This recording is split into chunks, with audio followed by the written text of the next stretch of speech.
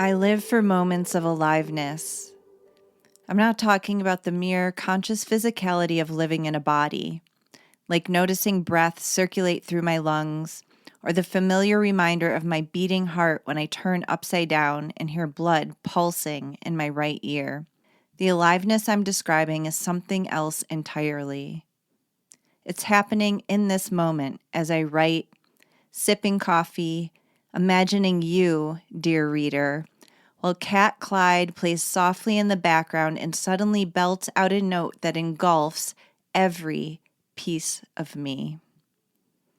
I refer to experiences like this, those that call forth a full-bodied presence and put me in contact with aliveness, moments of communion. Communion happened last summer when I spontaneously invited an acquaintance from dance class, Luce, to join me at a glass animal show. It was an hour-long car ride to the venue, and we barely knew each other. The time could have dragged in a careful, awkward, getting-to-know-you exchange. Instead, much to my delight, it became a meeting of two yearning, exploring souls.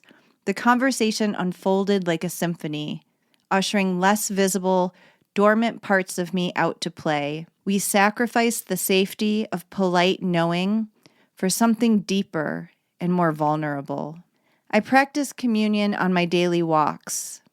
It's late afternoon and I'm on my secret forest path where I rarely run into another human, when suddenly I'm arrested by the golden light of the shifting sun shimmering through the trees. This land, which I know so well, is illuminated in a way I've never seen before. Communion is an inner movement that happens in relationship with the outer world. It is a merging, a piercing of the veil, an evocation that invites us to simultaneously be undone and reorganized. When we enter communion, we are awake, curious, and living into what's possible. Aliveness is the signal. But isn't this kind of thing reserved for the rare peak experience, or for the sanctioned domains of church, yoga studios, or the privacy of our own bedrooms? Perhaps the most important question is, what is at stake when communion is rare or altogether absent from our lives? One thing I know for certain is that life will alter you. You will love and your heart will break. You will encounter moments that shatter how you understand yourself and the world. Some of us go numb. Some of us live forever from fractured, injured parts.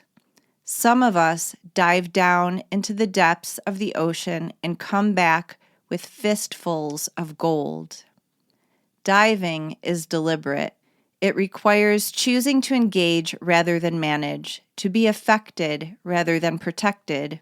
It is a choice to stay with both the self and the thing that is destabilizing the self. It strengthens our ability to remain present when life intensifies.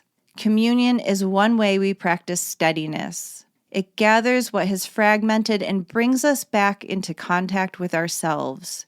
It is a resource for wholeness. Yes, communion may arrive as a gift in spontaneous moments of ecstasy or relief, but it can also be cultivated intentionally. Communion is not an escape, it is preparation. The playground at the edge is where we practice this together. I write here to explore communion as a lived practice, and I work with a small number of people who want to cultivate it more deliberately. You can find more information about coaching on my Substack page. Now, your first invitation in the playground is to open yourself to communion. Either choose a piece of music that moves you or go outdoors to a beautiful wild place. Turn off your phone or leave it behind. If you're listening to music, play it loudly or consider using headphones. Let your body move however it wants. Allow your voice to sound if compelled, and drink in that song through every cell of your skin. If going outdoors, soften your vision to include more of the periphery. Take in as much of the scenery as you can. Notice the sounds and smells. Let your awareness move freely across the sensory field. Follow what's interesting or alive. When the experience feels complete, pause. Are you sensing differently? Has your state shifted? What is available now? Thanks for being here. If you'd like to keep exploring this territory with me, subscribe at playgroundattheedge.substack.com.